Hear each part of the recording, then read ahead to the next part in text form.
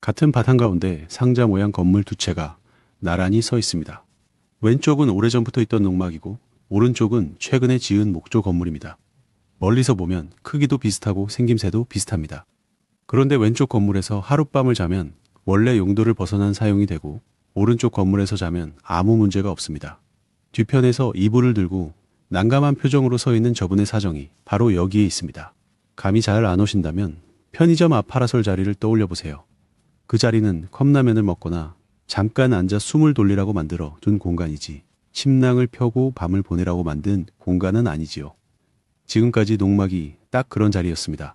밭일을 하다 호미와 비료를 넣어두고 소나기가 오면 잠시 비를 피하고 도시락 먹고 허리 한번 펴는 곳, 그래서 농막에서 잠을 자거나 살림살이를 들여놓는 것은 원래 목적을 벗어난 사용으로 봤고 그 문제로 마음고생하신 분들이 적지 않았습니다. 바로 이게 오랫동안 이어져 온 농막의 한계였습니다. 그러다 2024년 말부터 사정이 달라졌습니다. 주말마다 밭에 내려와 며칠씩 머물고 싶어하는 분들이 늘면서 아예 머물러도 되는 시설을 따로 만들어준 것입니다. 그게 오른쪽에 서 있는 농촌 체류형 쉼터입니다. 오늘은 이 둘이 무엇이 어떻게 다른지 밭에 무언가를 놓기 전에 여러분이 꼭 알아야 할 것들을 차근차근 짚어보겠습니다. 그럼 이 두 건물의 신분증을 나란히 펼쳐보겠습니다. 왼쪽 표지판에 적힌 20제곱미터, 이것이 농막의 크기 한도입니다. 평수로 바꾸면 6평 남짓, 원룸 한 칸이 조금 안 되는 넓이라고 보시면 됩니다. 오른쪽 표지판에 33제곱미터는 10평 정도 작은 투룸이나 컨테이너 2칸쯤 되는 크기입니다. 그런데 오늘 여러분이 기억하실 것은 이 13제곱미터 차이가 아닙니다.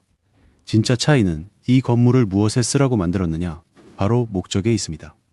농막은 농사를 돕는 시설입니다. 농기구와 비료를 넣어두는 창고이면서 일하다 잠깐 앉아 쉬는 자리입니다. 회사로 치면 사무실 한쪽의 탕비실 같은 공간이에요.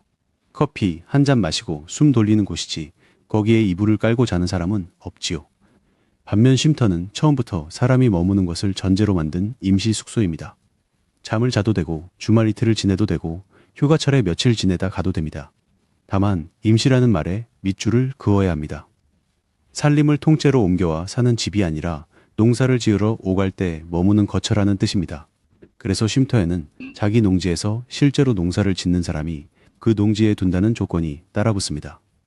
같은 바디에 비슷한 상자지만 하나는 창고이고 하나는 임시 숙소. 이 한 줄이 오늘 이야기의 뼈대입니다. 목적을 알았으니 이제 줄자를 꺼낼 차례입니다. 33제곱미터라는 숫자를 들으면 대부분 건물벽 안쪽 넓이만 떠올리시는데 실제로 지으려면 한 가지를 더 봐야 합니다. 바로 그 건물이 올라앉을 땅, 농지의 넓이입니다. 캠핑장을 생각해 보시면 쉽습니다. 텐트가 아무리 작아도 텐트 크기만 한 자리를 주지는 않지요. 텐트를 펴고 사람이 드나들고 물건을 둘 여유까지 있어야 한 자리가 됩니다. 쉼터도 똑같습니다. 쉼터를 두려면 그 쉼터 바닥 넓이의 2배가 넘는 농지를 갖고 있어야 합니다. 33제곱미터짜리를 짓겠다면 66제곱미터가 넘는 밭이 있어야 한다는 뜻이고 남은 땅에서는 실제로 농사를 지어야 합니다. 옆에 놓인 모형의 데크와 처마, 정화조도 짚어볼까요? 이런 부속시설은 쉼터 본체 넓이와는 따로 보도록 되어 있습니다. 다만 어디까지를 부속시설로 인정하고 어떻게 재느냐는 해마다 나오는 지침과 관할 지자체의 판단에 따라 달라질 수 있습니다. 그러니 도면을 그리기 전에 내 데크와 처마가 면적에 들어가는지 담당 부서에 먼저 물어보시는 편이 안전합니다. 여기서 실전 팁 하나, 시공업체 견적서를 받으면 본체 몇 제곱미터, 데크 몇 제곱미터를 따로 적어달라고 요청하세요. 나중에 신고 서류를 낼 때 훨씬 수월해집니다. 자리와 넓이가 정해졌다면 이제 시간 이야기입니다. 쉼터에는 한번 세우면 끝이 아니라 언제까지 둘 수 있다는 기한이 정해져 있습니다.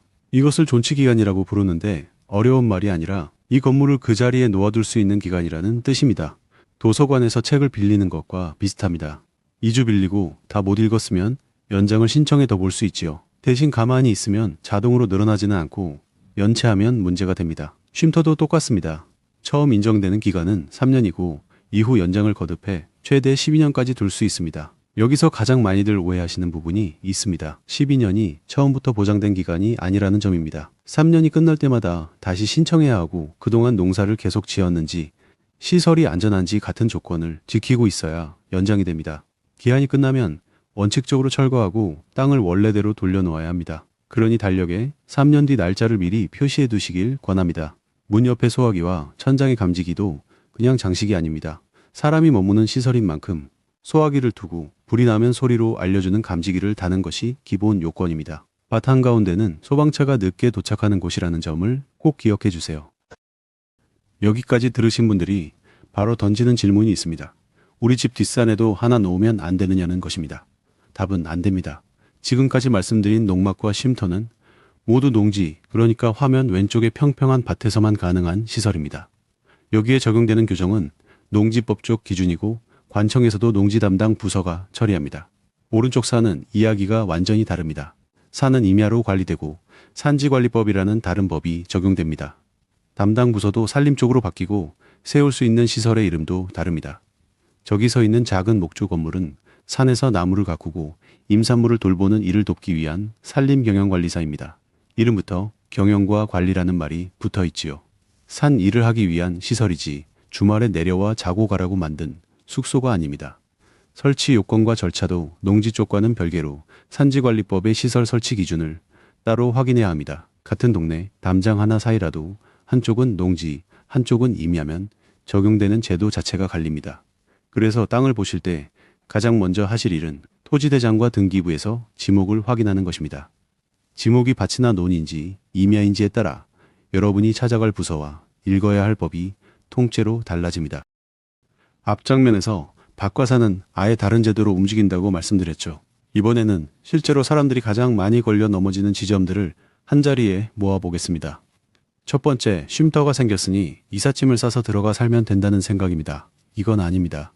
체류형 쉼터는 농사일을 하러 와서 며칠 머물다 가는 임시 숙소이지 주소를 옮겨놓고 눌러 사는 집이 아닙니다.